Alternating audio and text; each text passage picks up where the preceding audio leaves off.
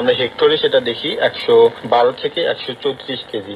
এবং যখন বীজ গজানোর 20 থেকে 25 দিন হয়ে যাবে তখন আমরা আবার 20 থেকে 25 কেজি ইউরিয়া সার প্রয়োগ করব জমিতে, এবং সেটা হেক্টর প্রতি হতে পারে 150 থেকে 185 বা 87 কেজি পর্যন্ত।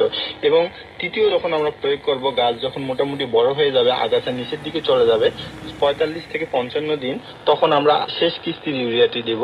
সেটা 15 থেকে 18 কেজি বিঘা প্রতি এবং হেক্টর প্রতি 112 থেকে 134 কেজি পর্যন্ত। এবং আমাদের দ্বিতীয় কিস্তি ইউরিয়া সারের সময় আমাদের গাছ পাতলা করে দিতে হবে। এবং ভালো যদি আমায় নাই